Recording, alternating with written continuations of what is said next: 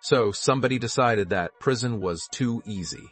And honestly, respect. Because instead of just locking someone up for robbing a guy, what if we made the criminal wake up at that guy's job, pay that guy's bills, raise that guy's kids, and live that guy's exact life for an entire year? No escape. No pause. Full swap. And here's the part nobody talks about when this idea comes up. Some criminals would come out of that year genuinely better people, and some victims would come out of it absolutely horrified at what their own life looked like from the outside. Yeah, we're going there. For real, bro, here, where we say what no one else will. And before you think this is just some fun little thought experiment, I need you to understand something. The moment we start asking what the criminal would actually experience living as the victim, we accidentally ask a question nobody prepared us for. What if the life they disrupted was already broken before they showed up? Hold that thought, because this is about to get very uncomfortable very fast. Part 1. The punishment that sounds perfect until you think for 3 seconds. Okay, so here's how the idea usually goes when people bring it up. Make criminals live the life of their victim. Sounds clean, sounds poetic. Feels like justice with good cinematography. You stole from someone? Great, now go experience exactly what it's like to be them. You hurt someone? Cool, now feel their exact daily reality. You messed up their life? Wonderful. Go live it. And on the surface, it sounds like the most satisfying thing since someone invented the word karma. But here's the first thing your brain glosses over because it wants the idea to stay clean. The criminal has to live the victim's actual life. Not a highlights reel. Not a curated version. The full thing. The 6 a.m. alarm. The job they hate. The debt they owe. The family arguments. The medical appointments. The empty fridge on the 28th of the month. And this is where the thought experiment stops being fun and starts being fascinating. Because what does it actually do to a person to be dropped into a life they never built and told, this is yours now for a year? Psychologists have a name for what happens when people are forced into radical perspective shifts. It's called cognitive reframing, and in controlled settings, it can genuinely change how someone relates to other people's suffering. But here's the thing nobody mentions in those clean academic papers. Reframing only works if the person can handle what they see. And some of these criminals, when they land in the victim's life, the first thing they realize is that the victim was barely surviving before the crime even happened, which raises a question the legal system was never designed to answer. What does justice look like when both lives were already struggling? Part 2. The power trip nobody warned you about. Alright, so let's say the system actually works and we put the criminal inside the victim's life. Day 1. They wake up. New house. New job. New phone. New schedule. New everything. And for the first maybe 2 or 3 weeks? It feels kind of exciting, not because they deserved it, but because humans are psychologically wired to find novelty stimulating even when the novelty is a punishment. They're driving a different car. They're sleeping in a different bed. They're going to a job that isn't theirs. There's this weird low-key rush that comes from inhabiting someone else's routine. Like playing a video game where you inherited someone's save file. You didn't earn any of it, but you also didn't lose anything yet. And then week 3 hits. The boss at the victim's job doesn't like the new them. The victim's kids are asking questions they don't know how to answer. The victim's partner is looking at them like something is deeply wrong. The victim's friendships require a history they don't have. And suddenly the criminal is standing in the middle of someone else's entire social infrastructure, realizing that a life isn't just a location and a paycheck. A life is 1,000 invisible contracts with other people that take years to build and about 40 seconds to shatter. Ugh. And this is where it gets genuinely cruel in the most philosophical way possible. Because the criminal isn't just living the victim's life, they're actively degrading it. Every interaction they get wrong, every relationship they fumble, every responsibility they drop. They're not just serving their sentence. They're continuing to harm the victim in slow motion from inside the victim's own existence. So the punishment designed to create empathy is simultaneously creating new damage. Nobody in the courtroom designed for that. Part 3. What happens when the criminal is better at your life than you were? Okay. I need you to stay with me here because this is the part where the idea gets genuinely uncomfortable in a direction nobody expects. What if some criminals are actually good at the victim's life? Not morally. Not as a redemption arc. Just practically. What if the person who broke into your apartment turns out to be a surprisingly decent parent to your kids? What if the person who stole from your store actually shows up on time to your job every single day? What if they're better at navigating your social circles, more patient with your relatives, more consistent with the responsibilities you are already quietly failing at? Before you get defensive, understand that this isn't a judgment on victims. This is about the psychology of what happens when someone is placed inside a structure they didn't build any of the bad habits around. A person who spent 5 years developing a complicated relationship with their own job shows up to it carrying 5 years of resentment, avoidance patterns, and emotional baggage. The criminal walks in on day one with none of that weight. They're not better people. They just don't have your specific damage yet. And here's where the thought experiment breaks open completely. If the criminal is doing your life reasonably well, what does that say about how much of your struggle was the life itself versus the habits you brought to it? That question is deeply uncomfortable, and I'm leaving it right there in the middle of the room. Because there's an even darker flip side. What if the criminal's experience in your life makes them want to protect it?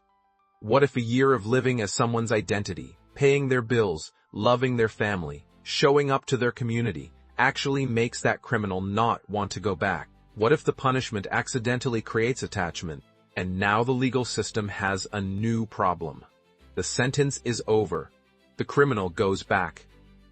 But the life they just spent a year living belongs to someone else, and they have to hand it back like returning a borrowed jacket.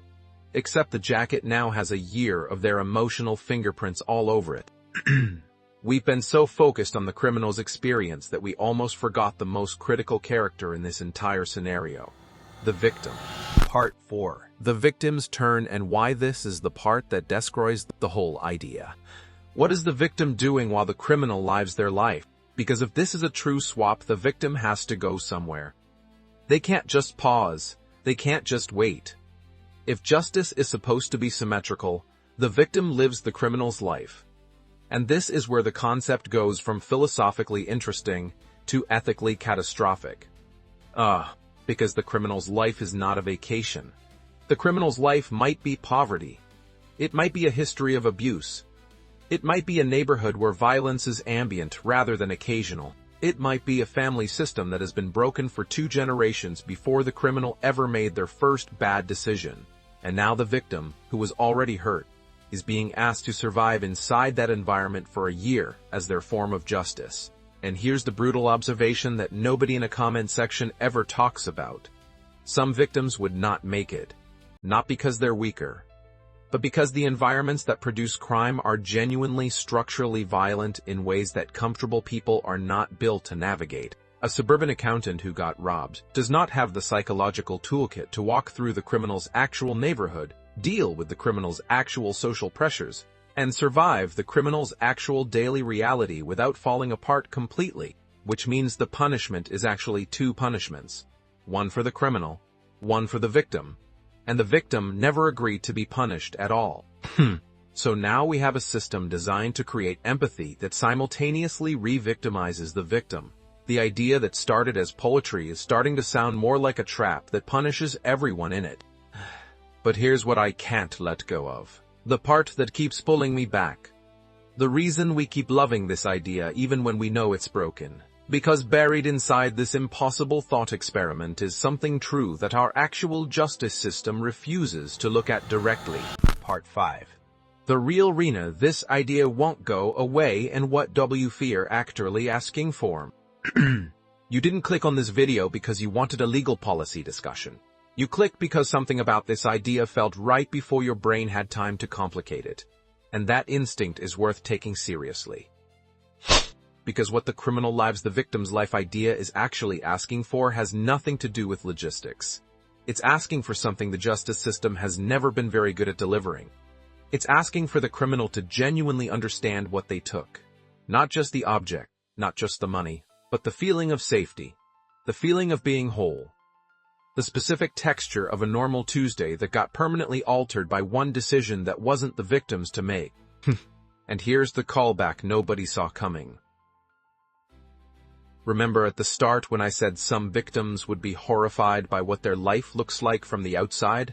This is that moment. Because what we're really saying when we want criminals to live the victim's life is that we want our pain to be witnessed at full scale. We want someone to stand inside it and say, okay, I get it now. This was real. Not in court, not in a statement, not in a controlled environment with a judge watching. Just real, just true, just understood.